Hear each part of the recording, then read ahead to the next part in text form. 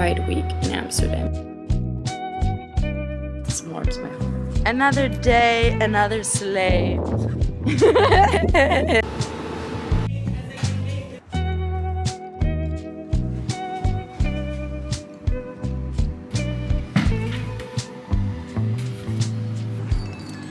Hello and good morning. It's currently Tuesday and I am in Amsterdam.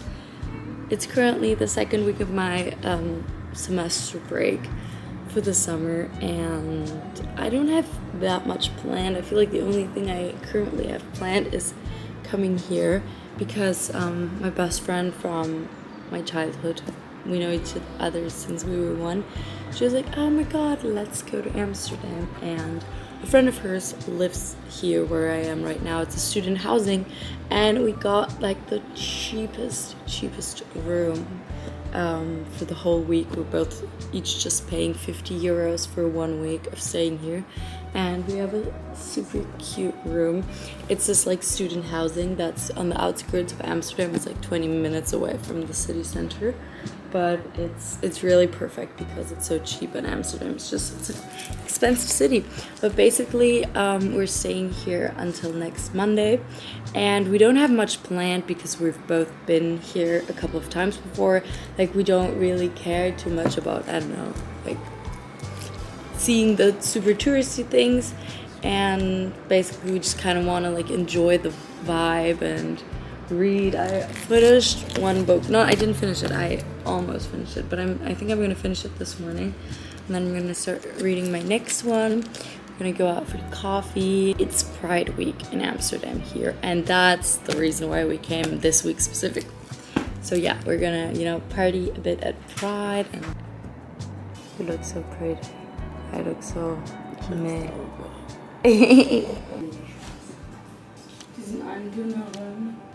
Yeah, I'm so sorry, dass wir die nicht gefallen. Gut, I love it. Just when I found something special, I threw it all away. I'm home. The clock is ticking at midnight. I keep on watching the time pass by. But I just can't walk away. Main character vibes.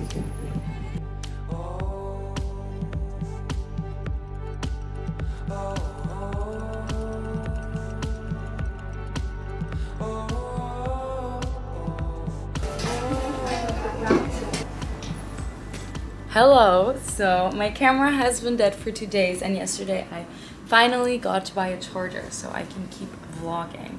And yesterday we were just walking around Amsterdam and we found this little bookstore. It was a vintage bookstore, kind of like in the basement where you had to like go through this little door.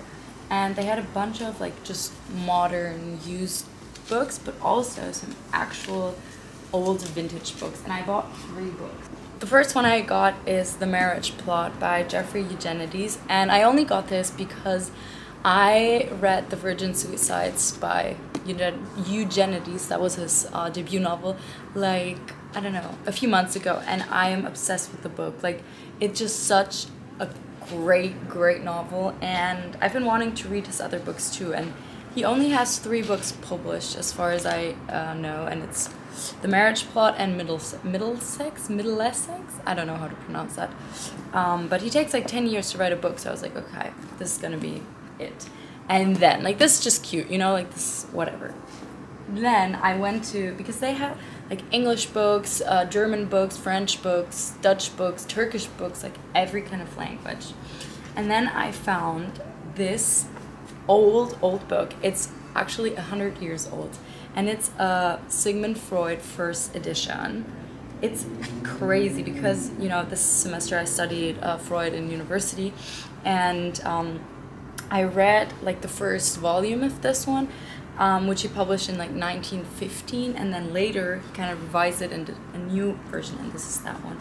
And it's so crazy because look at it, it's like so yellow and washed out, and it's older than my grandmother. Like, it's and this was kind of expensive. It was 45 45 euros because, you know, it's like a collectible antique item. But I'm just so excited to read it because it's also like not too old, so that the letters are kind of, you know, in like the weird old German font, and that always bothers me.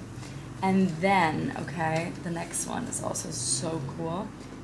In the French section, I also found another book, which is Lettres au Castor. It's the love letters between Jean-Paul Sartre and Simone de Beauvoir between 1940 and 1963. Actually, it's just Sartre's letters. Like, it's a bit odd because you only ever read his letters and not hers. I'm not sure why, but she collected them and published them after his death because he said he would want them to be published, and they're so beautiful.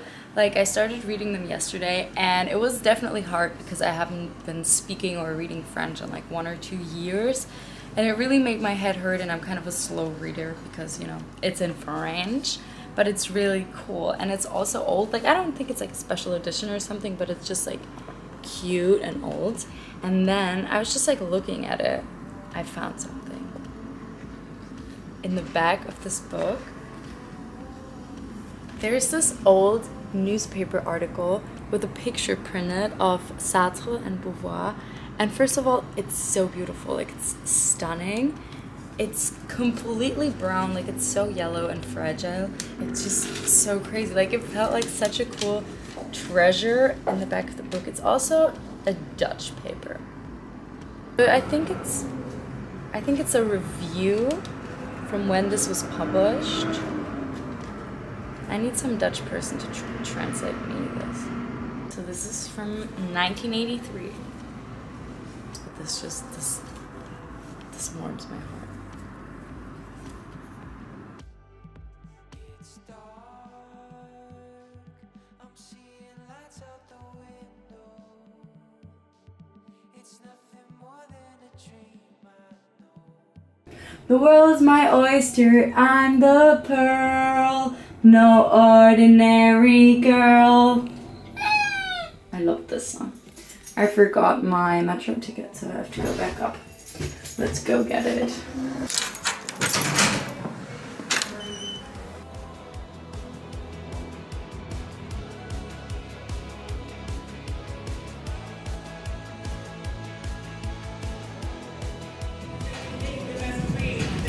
It's a cute camera, actually. Thank you.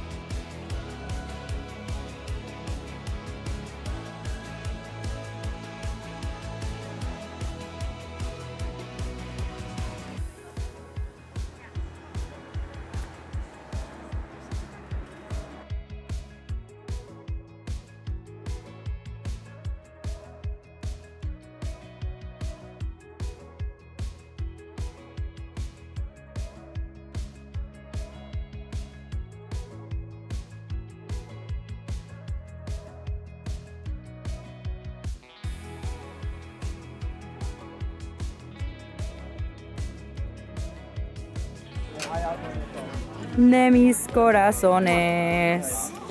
Okay. Vamos. Yeah. We are gonna bike home and it's cold. Look at us. Look at her.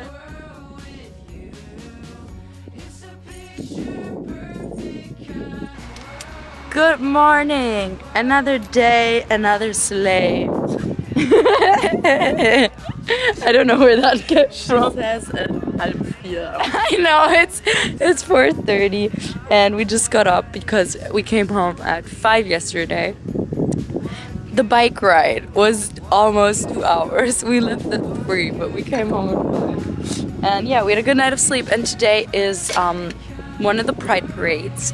It's been Pride week for the past week, and today is a boat parade. And we're a bit late for it, and I'm excited to see if we'll even see it.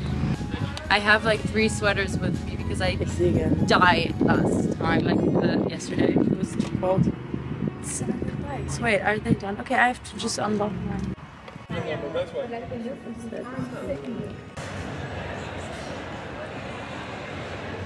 So it turns out we are late for Pride. The parade is already over. So we're just gonna chill, and then later we're gonna go to a Pride party though, so you know, we do suck a bit. but it's fine. Still having a great day.